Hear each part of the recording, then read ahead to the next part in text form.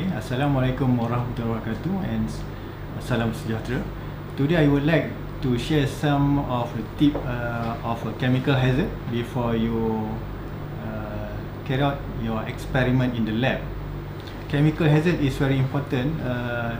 You have to identify the possible hazard that might appear before you enter to the lab. This one actually to reduce or minimize the effect of the hazard when you deal with the chemical. Before that, what is a hazard? Hazard is a potential for harm to your physical or mental. In practice, hazard often associated with a condition or activity. If left uncontrolled, it can cause injury or illness. And then hazardous material is a material that can cause injury or death or damage, pollute land, air and water. And the next one is hazardous waste. Is a material that are ignitable, such as a flammable, corrosive, toxic, explosive and reactive. Usually these material react with water, air, acid or etc. to produce toxic gas or vapor, or maybe can cause explosion. When you enter to the lab, there's a possible hazard might appear in your workplace. There's a 4 type of workplace hazard, such as the first one is a physical hazard. This one is commonly occurred in our workplace at some time. Example of the physical hazard is like a fried electrical cord, which can cause trip or electrocuted, and unguarded machinery, exposed moving parts, constant loud noise that come from the machine, or vibration. If you're working from ladder, you have to be careful, and scaffolding or height, and also trip hazards. Okay, and then the next one is an ergonomic hazard. Ergonomic hazard is type of work that we always face every day, where in the ergonomic hazard it can cause your body position and or your working condition put strain on your body. This type of hazard is quite difficult to be identified because the effect is not immediate, and we have to recognize this hazard by observing carefully. Example of ergonomic hazard like a poor lighting, improper adjusted workstation and chair. If you working using non-ergonomic chair, maybe it can cause back pain. And then frequency lifting, that's mean if you carry heavy material, maybe it can cause back pain, or maybe it can cause slip disc, and also repetitive or awkward movement. And then the next one is a chemical hazard. This one, if you deal with chemical, you have to be extra careful. For example, when you exposed to any chemical during preparation, the chemical that you use, such as solid, liquid or gas. The example of this chemical hazard is during cleaning products with solvent or any chemical products. And then from this chemical also it comes from the vapor or fume that produced from the reaction, and the chemicals such as carbon monoxide or other gas and gasoline or other flammable material that can cause hazard when you deal with. And then the last one is a biochemical hazard. This one usually appear when you working with infected animal or people with a certain disease. For example, like a current situation where the whole world facing a pandemic of COVID-19, where we have to be careful when we deal with this when we deal with these infected people with COVID-19, where we have to use proper PPE. Also, in this biological material, when you deal with biological material, you have to follow proper procedure when you deal with this type of research. Example, biological hazard, such as when you take blood or body fluid or bacteria, viruses from your animal sample or your plant sample, and also when you deal with the infectious animal or bird dropping. Okay, now we move to the next part, is ignitable material. Ignitable material is material that are flammable. This includes the liquid that have a flash point less than 60 degrees C or 140 Fahrenheit. This type of chemical is quite easy to catch by fire. And then the next one is non-liquid that are capable or under standard temperature and pressure can cause fire due to the friction or absorption of moisture, fire through or spontaneous chain chemical, and burn so vigorously and persistently which they can create hazard. And then the next one is any ignitable compressed gas, which described in the Code Federal Regulation. And then the next is corrosive material. Corrosive material is a material such as acid and bases which have pH less than 2 or more than 12.5. This material can cause burn skin or can dissolve metal. Example of corrosive material such as chromic acid, sulfuric acid, hydrochloric acid, hydrofluoric acid, and nitric acid. Strong alkali such as ammonium, sodium, and potassium hydroxide, and rust remover and acid or alkaline for cleaning fluids. This is an example of effect of a corrosive material to our body. In this case is the sodium dioxide that get into the eyes. As you can see here, the effect is very. This effect cause the burns to the eyes. And then the next one is the effect of the acid burn, which cause the cerebral peron and corneal scarring. Therefore, we have to be careful when we work with a corrosive material. In this case, you have to use goggle when you deal with this type of chemical.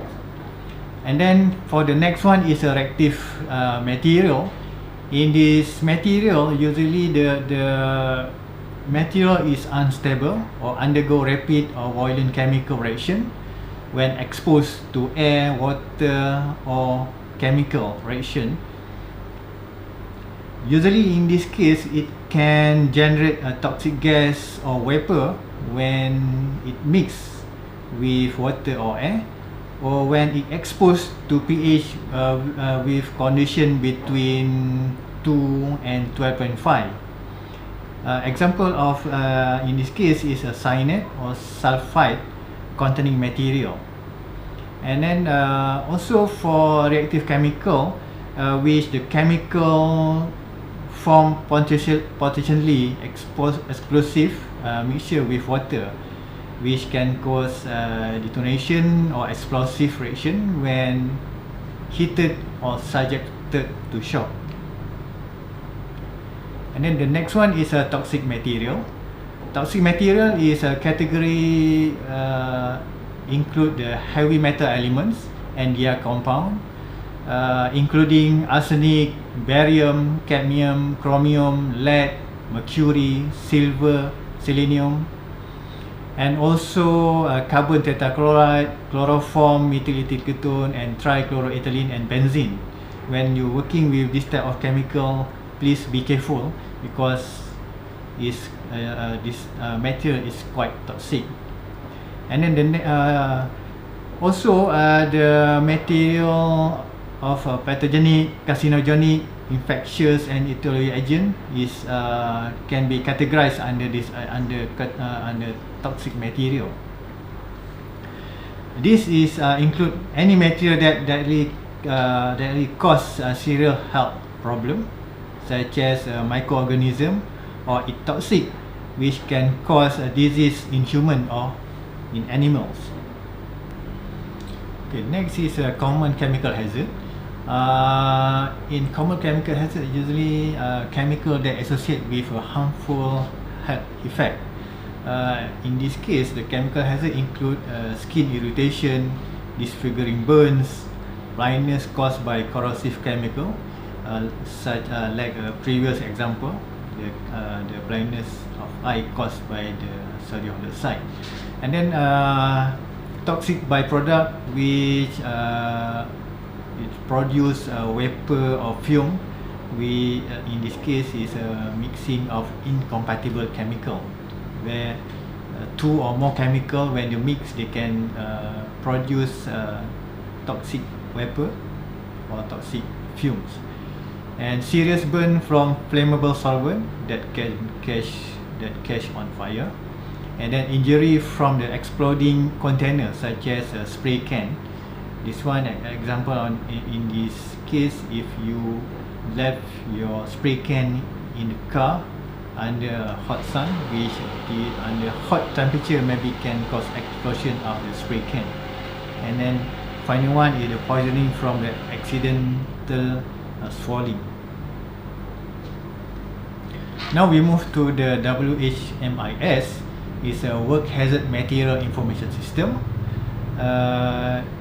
This system actually is a communication system that provide employer and workers with information about the hazardous material, which refer to the control product that produce, handle, store, use, or dispose in the workplace. The goal of WHMIS is to reduce accidents and prevent health hazards.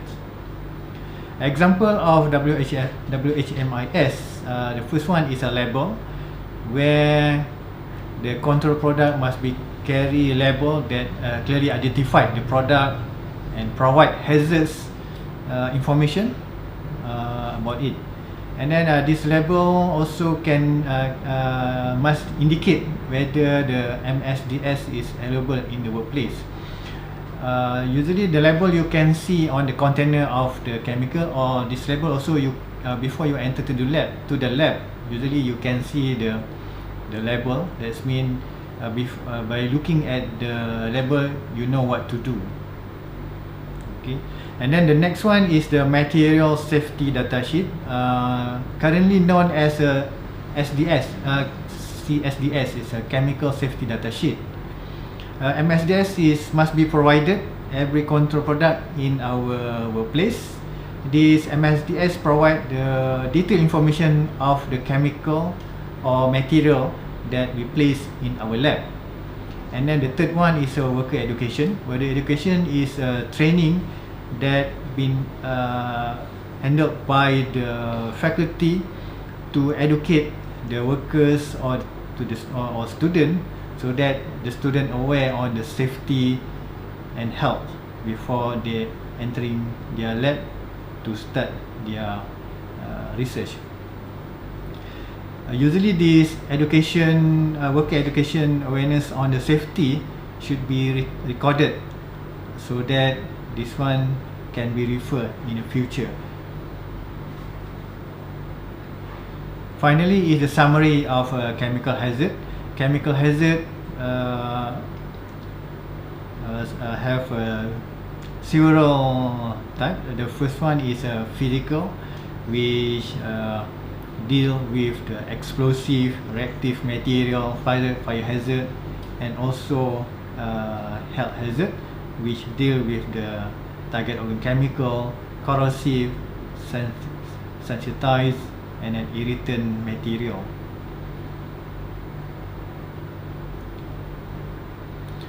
Okay, now we move to the exposure route. The possible of the chemical enter our body through the following routes. Actually, there's a several route that can cause chemical enter to our body. The first one is by inhalation. Inhalation occur through the absorption, the respiratory tract. And then these are probably the easiest way for chemical to enter to our body. And then the next one is the ingestion. Ingestion is the absorption through the digestive tract by eating or smoking with contaminated hand or contaminated work area. Therefore, when you finish your lab work, please wash your hand before you take your food. This one maybe can cause, if you not wash your hand, maybe it can cause the contaminated hand can cause the chemical enter to your body through the ingestion. And then the next one is the through skin or eye contact. This one is the skin contact is caused by the widespread of occupational disease, dermatitis. The eye usually auriferous and easily absorb toxic vapor, then can cause permanent eye damage. And then through injection. This one, if you deals with the sharp material, especially if you in your work you use a needle to take your sample, you have to be careful. And also through sharp object such as broken glassware, maybe also can cause chemical enter to your body through the cut of the broken glassware.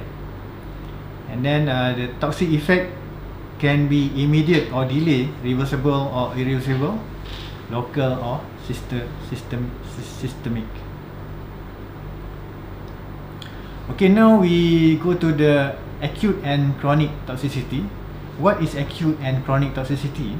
Toxicity actually is a measure of poisonous material adverse effect on our body, or its ability to damage or interfere with metabolism of living tissue.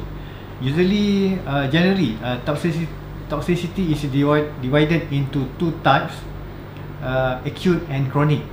Many chemicals caused by both toxicity depend on the pattern of use. The first one is acute toxicity.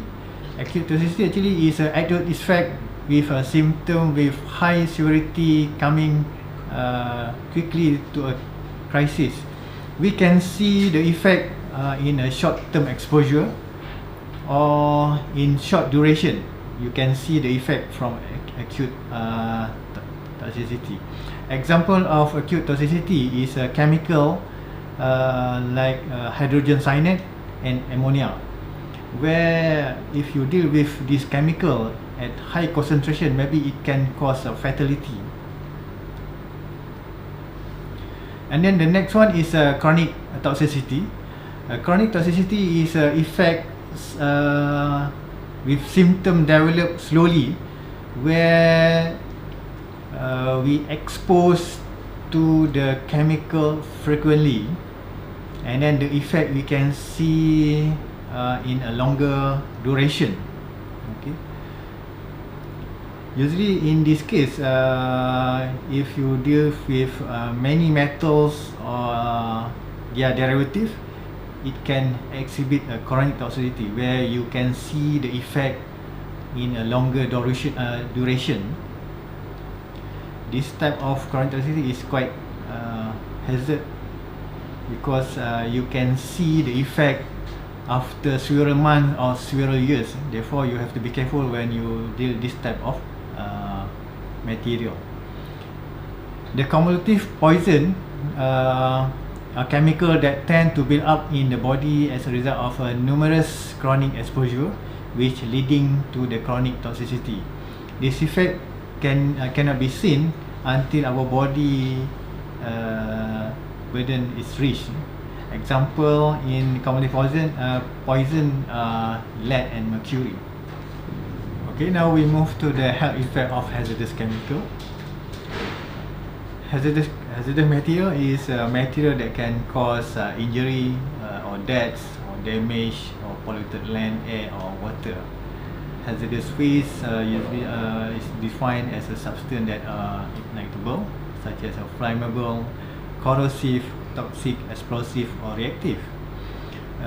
This type of chemical usually when they react with water or air or acid, which it can produce a toxic gas or other toxic material. Okay, these are example of signage that you can see on the container of the chemical or any material. This called diamond signage, which consists of 4 category of hazard. The first one is a health hazard, which in blue color, and then fire hazard is in red color, and then for specific hazard is white in color, and then the reactivity in yellow color. And you can see that in each part they have a different level.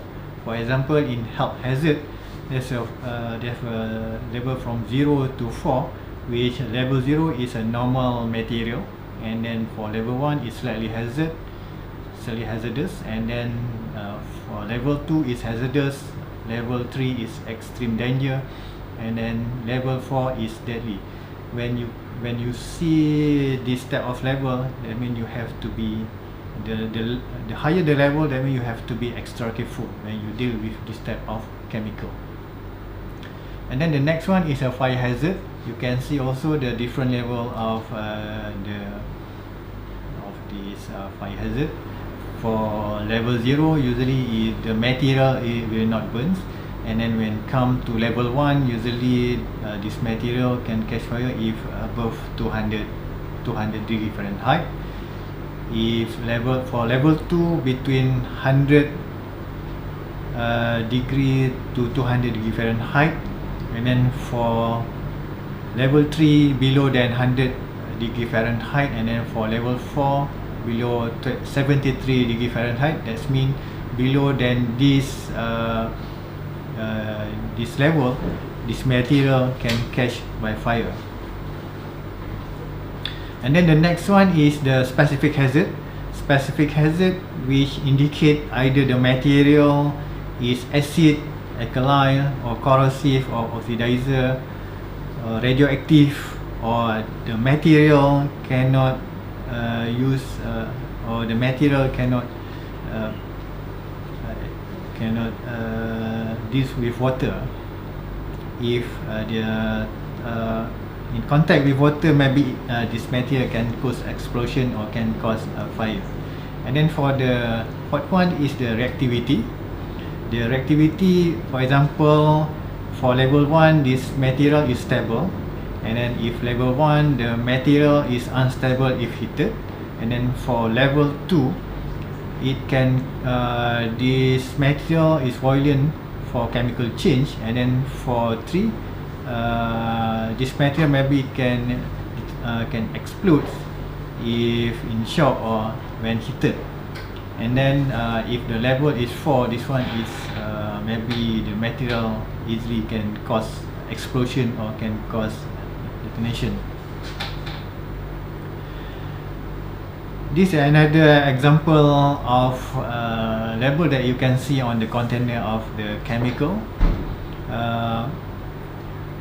You can see that there's a classification of hazard, either the type of hazard, either the hazard involved with health, flammability, reactivity, and also the protective equipment when you deal with this chemical. If you can see the protective equipment, that means the PPE that you can use when you deal with this type of chemical.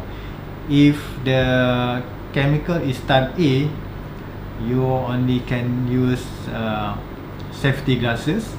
If type B, you can use you have to use safety glasses, and also you have to use glove. For class C, you have to use safety glass, glove, and also you have to use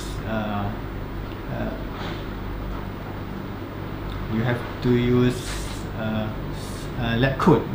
And then for D, you have to use face shield, glove, and also the lab coat, and so on. You can check this the protective equipment that you can use on the container of the chemical. Also, actually, you can check this one in the MSDS of the chemical that you purchase.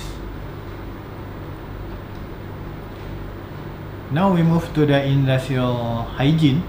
Industrial hygiene, the role of industrial hygiene actually is to anticipate or to identify, evaluate, control, or to eliminate any possible hazard that might appear. And then actually this one is to promote, create, or maintain the healthful and safety campus environment for all staff, faculty, student, and visitor. This one is quite important for the faculty to provide the safety environment for the staff and student working in the workplace. Actually, the mission of industrial hygiene is to develop and maintain program regarding the human health, including the asbestos management, biosafety. This one including the biosafety cabinet, bloodborne pathogen, antivirus, and tuberculosis, and also to monitor the chemical safety, including the communication, like the MSDS and labeling of the chemical, and then the hearing conversation, and also the monitoring service for gases, vapor, fume, dust, and mold, and also the laboratory chemical hygiene, which we provide the safety environment for the student and the staff to working in the lab.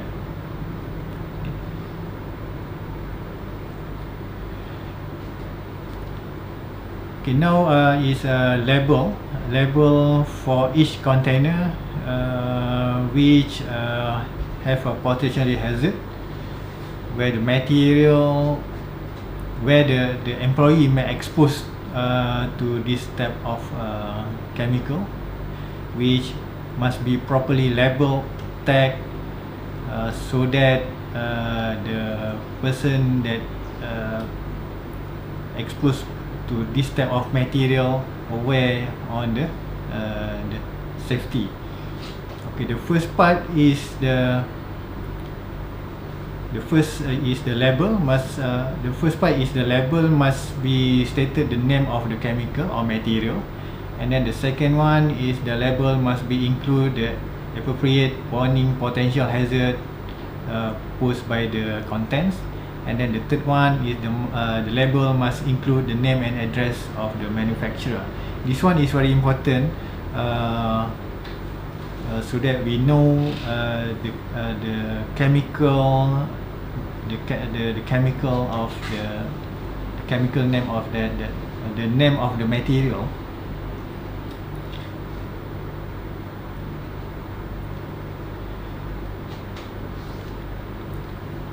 The chemical label on the chemical label on the container is very important. When you prepare a solution, you have to label this the container of the solution. What is the chemical that you prepare, the solution chemical that you prepare, so that if anybody want to use that solution, they know what type of solution that provided in the container. And also you have to stated the date when you prepare, and then the detail of the chemical name. The unknown chemical in the container where the label has been lost or the name of the chemical is obliterated can cause difficulty to the management when they want to dispose this type of chemical or waste. Unknown chemical also is not permitted in the hazardous waste facilities, because before we want to expose, we have to know what type of chemical or what type of the waste that we are dealing with. This type of unknown chemical, maybe they can cause extra time and also adding significantly cost in the process of disposable, in cost of the dispose of the chemical. And then what can you do to help this type of situation?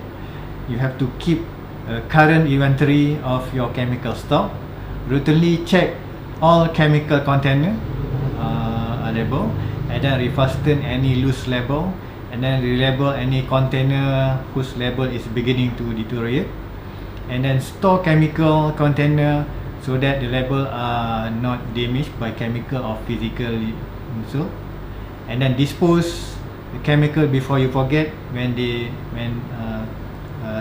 date is expired, and then keep the minimum amount of chemical necessary in the lab, and then label all the waste container.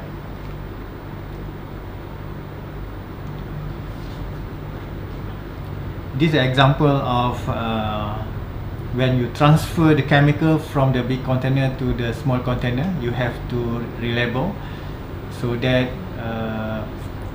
we know what the chemical being transferred to other container.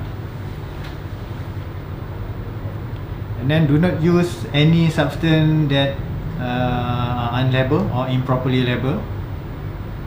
And then the chemical in your laboratory should be clearly identified so that they can be used, and then made non-hazardous or disposed or locally disposed through the Department of Environmental and Health as a hazardous waste.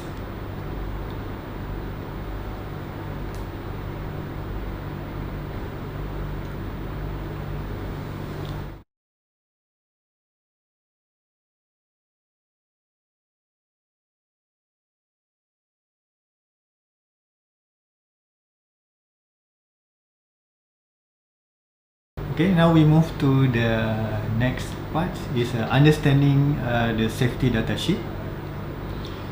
What is the safety data sheet? Actually, the safety data sheet is the information of the detailed information of the chemical that you purchase from the manufacturer.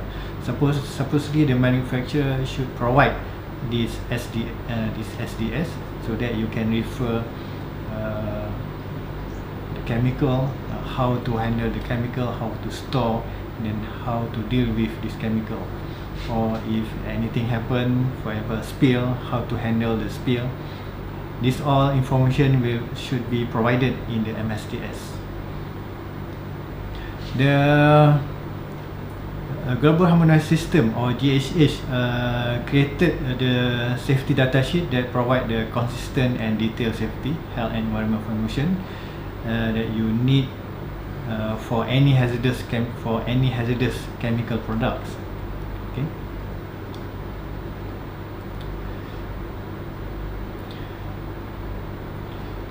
In this part, at the end of this session, we expect you can summarize the GSN and how the effect of hazard communication, and then recognize the benefit of SDS access, and then explain the employee access to SDS, and then identify the section of SDS. These are the label that you can see on the container of the chemical, and then the right information of the chemical that have in the SDS. Actually, the global harmonized system is the classification and labeling of the chemical, which the system provide the universal approach where all over the world will use the same information, the same pictogram, and then the same information. This one is implemented through the HAZCOM or hazard communication. In the system, they will use the consistent label and uniform SDS, as I mentioned earlier. All the label and the information should be uniform all over the world.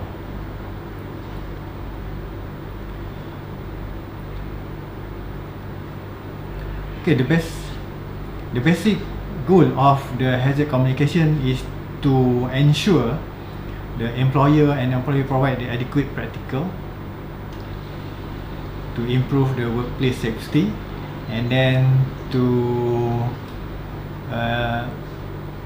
have a few exposure, and then to have the consistent communication, and then in this case also is to create the hazard awareness on the chemical, and then easier compliance, and then enhance the human and environment protection. And then the purpose of SDS is to provide the safety and health information about the chemical to help prevent the accident, and then and also the exposures. In SDS, usually they have 16 section in the SDS, which this information is organized and detailed information.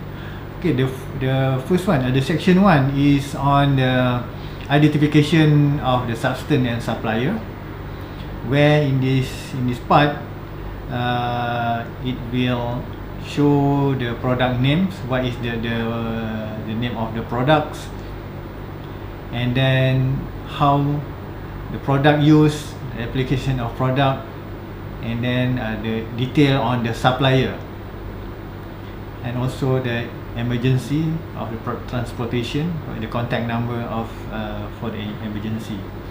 And then for the second one is the hazard identification, where you can see the GSS qualification, such as the health, and then the environmental, and also the physical hazard.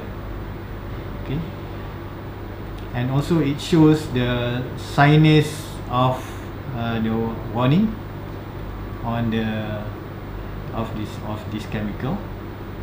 These are example of the signage of this chemical that you will deal with, and then the hazard statement, either the chemical, how to handle this chemical, and then the precaution statement, how to deal with this chemical. And then the section 3 is the composition and information of the ingredient, what the ingredient of the material. And then the section 4 is the first aid measure. If anything happen, how you want to deal with this chemical. For example, in this case, if this material contact with your eyes, you have to flush your eyes with plenty of water, and then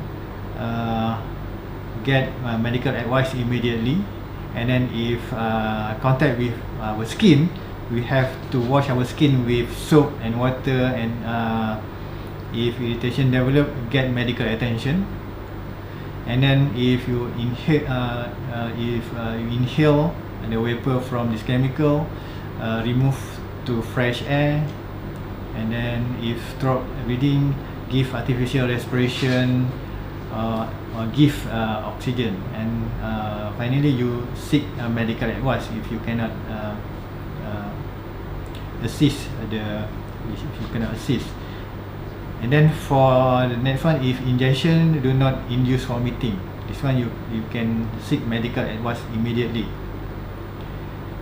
And then for section 5, if dealing with a firefighting measure, that means if anything happen, how you want to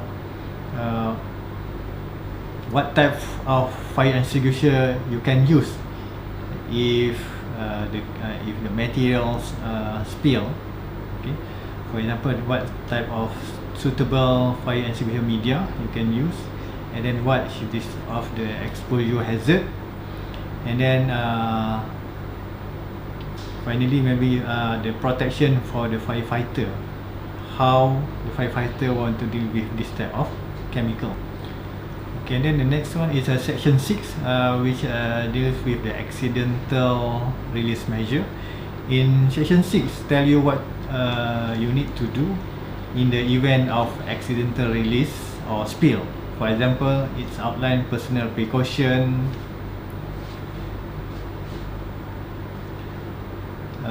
precaution and personal protective equipment, emergency procedure and monitor procedure, and methods and material or containment and clean up.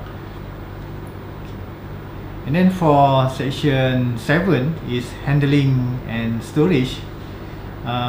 This one is you learn about safe and handling storage requirement, including the precaution for the safe handling of the substance and the condition for safe storage, such as identifying incompatibility, ventilation requirement, and what substance need to be stored elsewhere.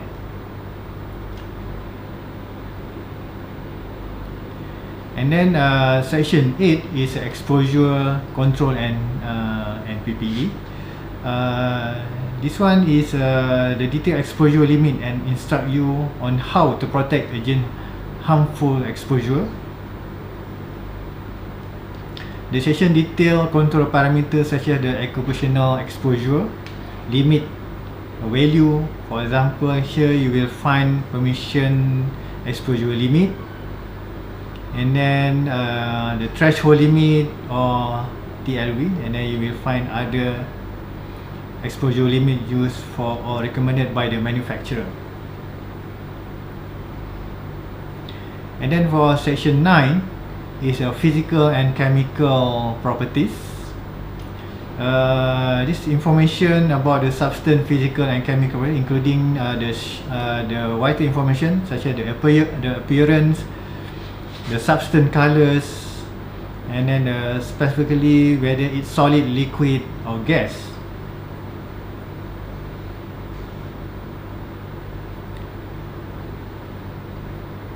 And then for section 10 is stability and reactivity. You will learn on the substance stability and reactivity. These are two very important things you have to know, where either might become unstable or reactive with water or with air. And then the section 11 is the toxicological information.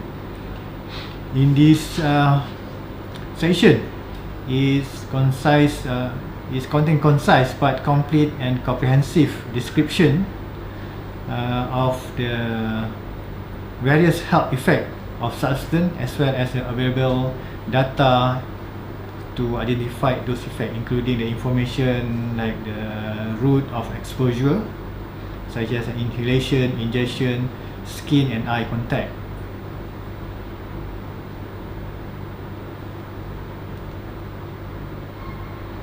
And then for section 12 is the ecological information, which information about how the substance could affect the environment if spill or release. And then for the section 13 is the disposable consideration. This one provide information about the safety handling and proper disposal method for the substance and contaminated packaging.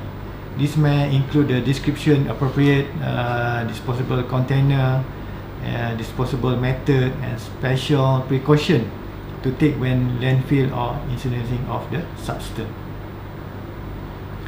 And then for the section 14 is related with the transportation information. This section explains the requirement for the safety transportation of the chemical by road, air, rail or sea. This section provides you with the United Nations number for the chemical and the UN's shipping name, the transport hazard chemical or classes.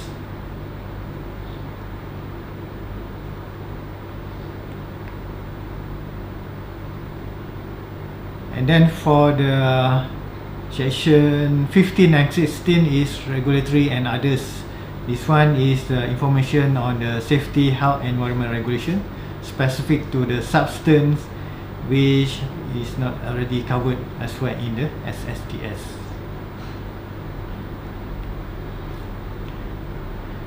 And then the final part is the key point to remember. The GSS compliant SDS is the global, consistent and detailed hazard information, and then information to prevent accident and harmful exposure, and then the immediate accessible and then consistent structure facilities locating critical information.